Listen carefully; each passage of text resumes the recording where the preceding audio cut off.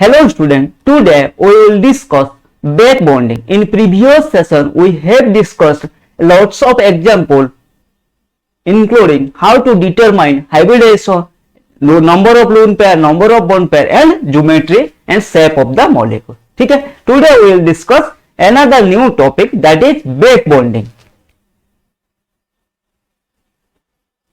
ठीक है, ये बोर्ड में नहीं है, तुम्हारा सीबीएसई हो, आईसीएसई हो या कोई भी स्टेट बोर्ड में बैक बॉन्डिंग नहीं है, ये सिर्फ जेई के लिए है. ठीक है, तो ये बैक बॉन्डिंग क्या होता है? बैक बॉन्डिंग मतलब सर ये सुनने में तो ऐसा लग रहा है पीछे से बॉन्डिंग. ऐसा कैसे सर पीछे से बॉन्डिंग? देखते हैं क्या है. Back bonding is also known as pi type coordinate bond in which pure orbital overlap sidewise and one atom has lone pair whereas the other has empty orbital. क्या sir कुछ समझ में नहीं आया? कुछ समझ में नहीं आया, क्वेश्चन करेंगे सर, एग्जांपल करेंगे तब समझ में आया. पहले ये समझो, बैक बॉन्डिंग इस टाइप है पाई टाइप कोऑर्डिनेट बॉन्ड. ठीक है, in which pure orbital overlap sideways, pure orbital हमारा साइडवाइज ओवरलैप करेगा. ठीक है, and one atom has lone pair. ठीक है, एक के पास लोन पेयर रहेगा, whereas the other atom has empty orbital. One atom should have non-bonded electron pair, whereas other atom should have vacant orbital. तो पीछे से लेने के लिए जैसे मैं से बताया कार्बोनाइल कार्बन का एक vacant pi star antibonding orbital था, वो इलेक्ट्रॉन लेना चाहिए और देने के लिए मेटल के पास इलेक्ट्रॉन होना चाहिए. ठीक है, the bond formed is polar because there is an electronegativity difference between side atom and central atom. ठीक है, there should be inter-electronic repulsion so the donation of lone pair happens easily. One of the atom involves back bonding should have belongs to second period. देखो back bonding के लिए one atom को should have belongs to second period. ठीक है, ठीक है. देखो अब एग्जांपल से आपको अच्छे से समझ में आ जाएगा. बैक बॉन्डिंग एक होता है पी पाई बैक बॉन्डिंग, एक है पी पाई डी पाई बैक बॉन्डिंग. मैंने जो एग्जांपल दिया मेटल कार्बोनाइल के साथ वो है पी पाई डी पाई बैक बॉन्डिंग, और P pi back bonding and P pi D pi back bonding को अच्छे से समझते हैं. ठीक है, देखो ये होता है कैसे. If both donor which is lone pair and the acceptor atom use the P orbital, उसको क्या बोलेंगे? पी पाई. लेकिन मैंने जो एग्जांपल दिया मेटल उसका डी पाई इलेक्ट्रॉन यूज कर रहा था, इसीलिए डी पाई कार्बोनाइल उसका पी ऑर्बिटल यूज कर रहा था, तो इसीलिए उसको बोल रहे थे डी पाई पी पाई. अब डिस्कशन करें पी पाई में एक तो डोनर है एक एक्सेप्टर है, समझ में आएगा. पीछे से डोनेट करेगा एक एक्सेप्ट करेगा, तो बोथ डोनर एंड एक्सेप्टर उसका पी ऑर्बिटल यूज करते हैं, तो उसको बोलते हैं पी पाई. देखो यहां पर क्या हो रहा है, ये है BF3, बोरॉन के पास एक वैकेंट, देखो BF3, इसको मैं डिटेल्स में आपको समझाता हूं. ठीक है, अगर वो कार्बोनाइल मेटल कार्बोनाइल वाला समझ में नहीं आया तो इसको डिटेल्स में समझो कैसे हमारा बैक बॉन्डिंग फॉर्म होता है. BF3 में बोरॉन का हाइब्रिडेशन क्या है? अभी मैंने पिछले क्लास में बताया भाई इसका हाइब्रिडेशन क्या है. मैंने और निकालता हूं, हाफ वैलेंस इलेक्ट्रॉन 3 एंड मोनोवैलेंसी 3, तो टोटल 3, तो sp2.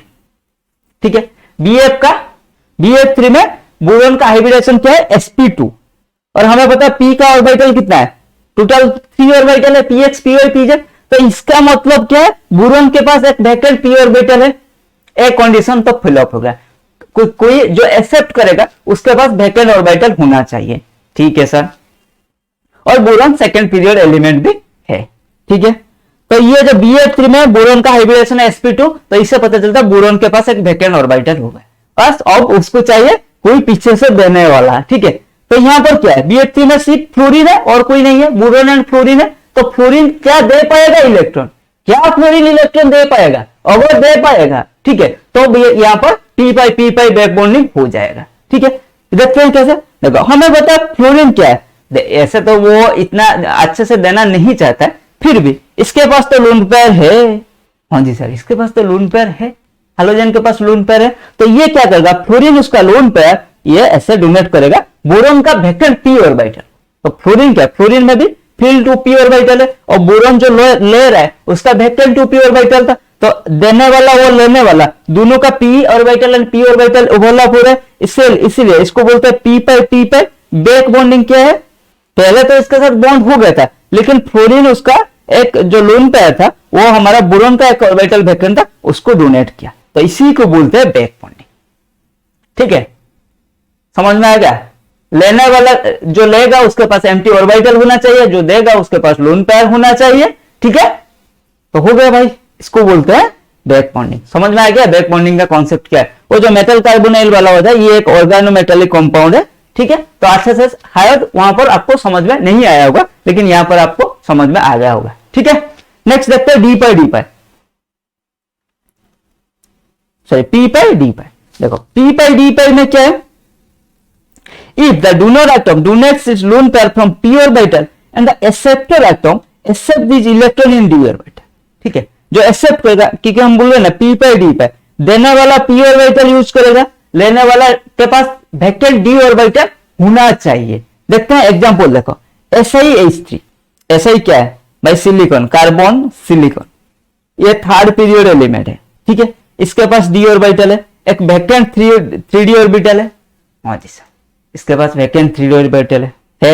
यहां पर देखो नाइट्रोजन है, नाइट्रोजन के पास एक लोन पेयर होता है। हाँ जी सर, और नाइट्रोजन क्या है? p ऑर्बिटल इन्वॉल्व यूज करते हैं, तो नाइट्रोजन का 2p फील्ड ऑर्बिटल से सिलिकॉन का वैकेंट d ऑर्बिटल में इलेक्ट्रॉन जा रहा है, तो इसको क्या बोलते हैं? बैक बॉन्डिंग तो हो रहा है, और इसको क्या बोलेंगे आप? p पाई डी पाई। समझ में आएगा? तो यही है बैक बॉन्डिंग। बैक बॉन्डिंग का मेन हमारा कंडीशन क्या है भाई? लेने वाला जो लेगा उसके पास लेने के लिए वैकेंट ऑर्बिटल होना चाहिए, जो देगा उसके पास देने के लिए एटलीस्ट वन लोन पेयर होना चाहिए। ठीक है, ये टू टाइप का होता है, एक होता है पी पाई, एक होता है पी पाई डी पाई। ठीक है, अगर लेने वाला मतलब एक्सेप्टर एंड डोनर दोनों उसका use their p orbital, then it will be p pi back bonding. If donor atom use their p orbital and acceptor atom uses its d orbital to accept the electron, then it will be p pi d pi back bonding. Okay, I hope you understood well. Let's move. Factors affecting back bonding. समझ में आ गया back bonding क्या होता है? ठीक है, further about the definition, back bonding क्या होता है समझ में आ गया भाई। एक डोनर एटम होगा, एक एक्सेप्टर एटम होगा, डोनर एटम एक्सेप्टर एटम के पास वैकेंट ऑर्बिटल रहना चाहिए, डोनर एटम के पास देने के लिए इलेक्ट्रॉन रहना चाहिए। ठीक है, अब फैक्टर्स क्या है? फैक्टर्स अफेक्टिंग बैक बॉन्डिंग, एक होता है साइज ऑफ एटम, एक होता है इलेक्ट्रोनेगेटिविटी, एक होता है लोन पेयर। ये तीनों फैक्टर हमारा इफेक्ट करेंगे, क्योंकि इलेक्ट्रोनेगेटिविटी हमें क्या पता है? जैसे फ्लोरीन का इलेक्ट्रोनेगेटिविटी हाई होता है, तो वहां पर जो BF3 में एक्सटेंड ऑफ बैक बॉन्डिंग वो डिक्रीज हो जाएगा, क्योंकि फ्लोरीन देना पसंद नहीं करेगा। ठीक है, तो देखते हैं अब साइज कैसे कैसे हमारा इफेक्ट करता है बैक बॉन्डिंग को। एक होता है size, electronegativity and lone pair. First we will discuss about size. See in a group पहले अगर ग्रुप में कंसीडर करेंगे, size is the dominating factor. ठीक है, तो सबसे डोमिनेटिंग फैक्टर क्या है? Size. In a group size is the dominating factor, in a period electronegativity will be the dominating factor. तो पहले साइज की बात कर लेते हैं। The accepting as well as donating tendency of the atom is inversely proportional to size of participating atom, so as to the size increases the accepting as well as donating tendency decreases.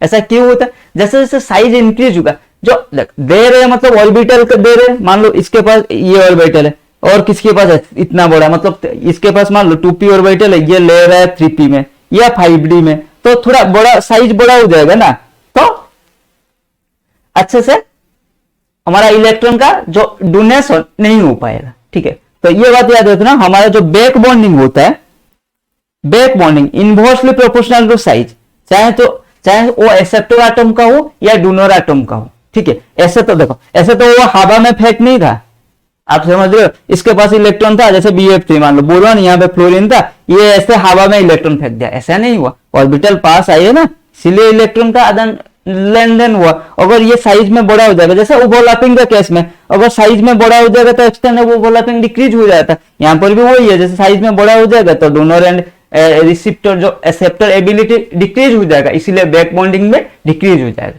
So back bonding inversely proportional to size. जब group में compare करोगे तो हमारा size is the dominating factor. ठीक है, in period as I said in period, electronegativity is the dominating factor. Okay, the donating tendency of donor atom is inversely proportional to electronegativity. क्योंकि electronegativity जितना increase करेगा donating, because electronegativity जितना increase करेगा तो donating capability of the atom will decreases. ठीक है? Okay, and the accepting tendency of the acceptor atom is directly proportional to electronegativity. As we know, electronegativity is the power of attractive tendency. So more electronegative atom ज्यादा electron लेना पसंद करते हैं, तो जो acceptor है उसका इलेक्ट्रोनेगेटिविटी के साथ अच्छा रिश्ता है। अरे भाई मेरा जितना इलेक्ट्रोनेगेटिविटी बढ़ेगा मैं उतना अच्छे से ले पाऊंगा। ठीक है, तो accepting tendency directly proportional to electronegativity, while donating tendency electronegativity जितना ज्यादा हो जाएगा वो देना नहीं चाहेगा। मैं क्यों दूं, मैं तो ज्यादा इलेक्ट्रोनेगेटिव हूं, मैं नहीं दूंगा इलेक्ट्रॉन।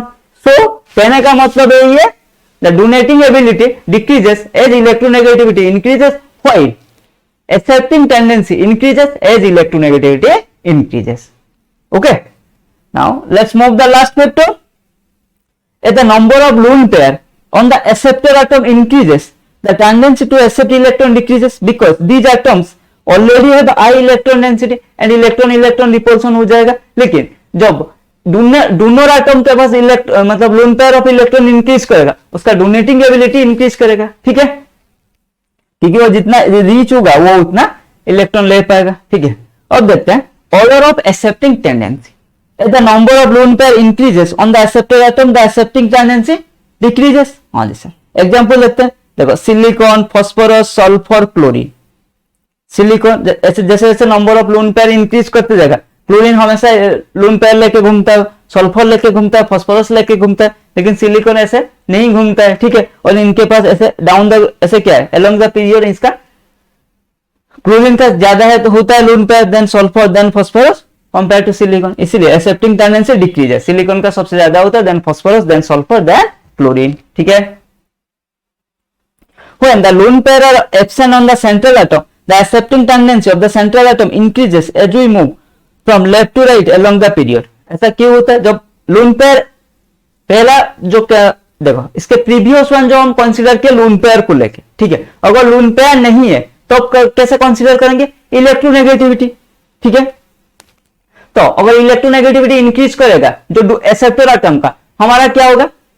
हमारा नहीं, बैक बॉन्डिंग इंक्रीज करेगा। इसीलिए chlorine, then sulphur, then phosphorus, then sulphur, silicon, क्योंकि along the period electronegativity increases. ठीक है, समझ में आ गया?